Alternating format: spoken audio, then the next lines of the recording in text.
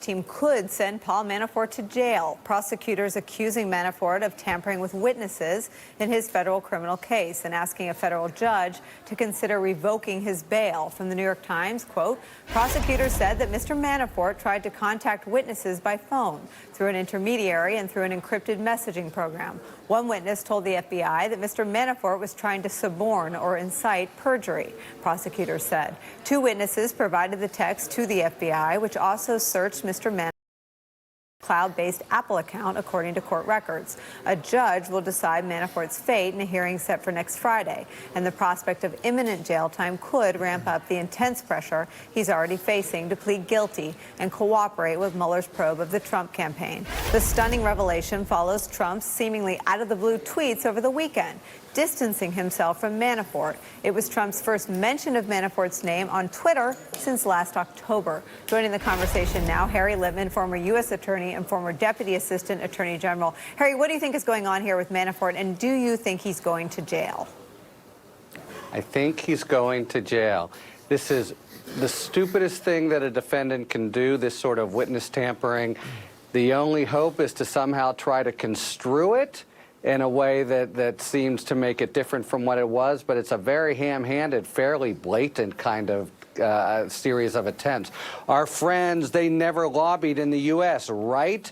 And we're trying to get in touch with you because I've told everyone that it's only been in Europe, right?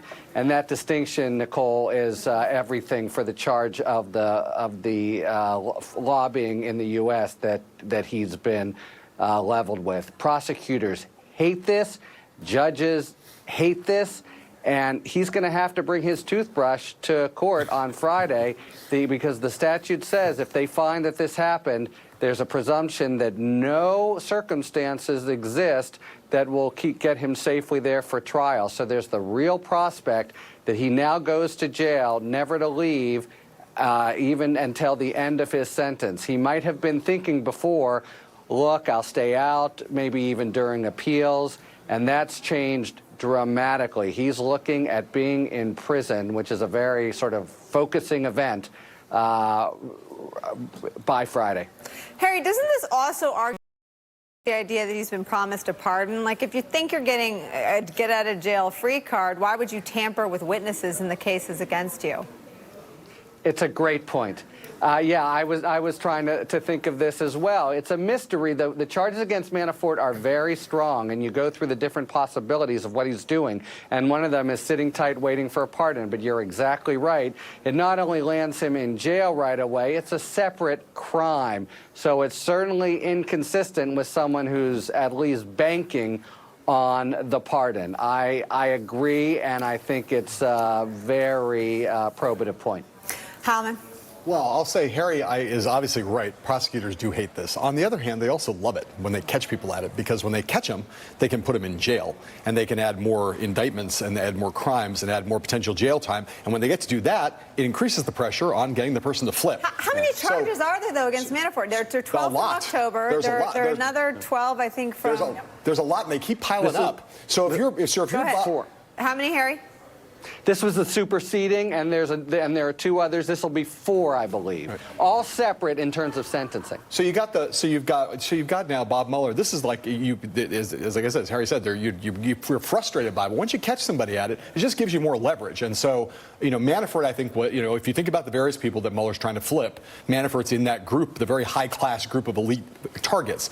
It now makes it easier, especially if he's in jail. It makes it a lot easier. It puts the pressure on him. It makes his whole prospect of what his future looks like, again, a longer potential jail sentence in the long term, and in the short term, he's no longer sitting in his multi-million-dollar Arlington townhouse. He's sitting inside a prison cell. So I think Robert Mueller's sitting there saying, bad on you, and also good on you. And one of the prosecutors, Andrew Weissman, who I think his name is on some of these filings. He signed it. He signed the filing yesterday. He signed it, right, Harry? Jonathan Lemire, he known for his prosecutions of mob families. Does anyone in the Trump orbit feel haunted by Steve Bannon's prediction that the way to get to Jared and Trump was to go through Paul Manafort and the money laundering operation in Putin-friendly parts of the Ukraine.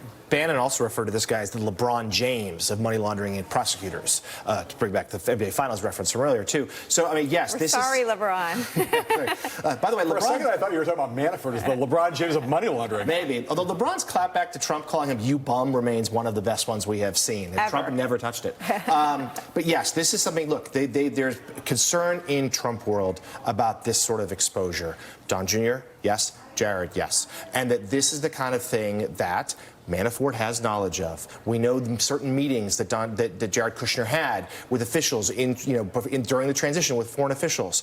We know that, of course, the platform towards Ukraine changed at the convention last year. There are a lot of red flags here that I'm certain Mueller's team is going to try to examine and connect if they're not doing so already. And, of course, that brings us back to what the president said memorably last summer, that the business stuff would be the red line, that would be the moment where, if crossed, he might blow this whole thing up. It does something else. We're talking about messages being sent. This is a message from the special prosecutor that these attendant crimes, witness tampering, obstruction of justice, creating false perjury, are real, they're important, and without them, our entire criminal justice system doesn't work. So we're talking about this at the very time Trump's very unable lawyers are telling us, oh, yeah, he did dictate that document, which was a misleading account. Isn't that the counterpoint to this obstruction? We're talking about how stupid Manafort is. Yes, he's stupid. But how stupid is the president of the United States to write something that is false with a bunch of witnesses around, which is going to be obtained in litigation? So this is, in some sense, a mini Trump example of exactly what he's going to face when he finally comes face to face with the special prosecutor. Well, I mean, you know, if you look at Paul Manafort and the way he's lived his life, this is consistent with that. He's always behaved in a way that he's always had a dirty book of business. Everybody knew it. No loyalty to the U.S. Constitution and certainly not U.S. laws. And Trump, you could argue that sort of acted that way, at least in the business world where he came from, where anything goes, nobody will find out about it, get Michael Cohen to fix whatever needs to be fixed, and move on. And they are now dealing with the justice system in a way that is very real. And I think, you know, another thing that jumped out at me from the filing was the fact that Manafort had a co-conspirator who's not named, but we all know who he is. He's this Russian-Ukrainian operative with ties to Russian intelligence. Manafort was talking to him as recently as April. And so this whole investigation, the big prize, the big prize here is about collusion. Russian collusion. Yeah, and yet he's still talking to the same guy. Go ahead, Howard. I just want to be the old man at the table one more time, right? You're always the old man at the table, honey bun. Not always. Sometimes there's someone at the table older than me. But, you know, you go back in that same time frame we were talking about earlier. Paul Manafort, Roger Stone. Donald Trump loves to say Paul Manafort came late to the campaign.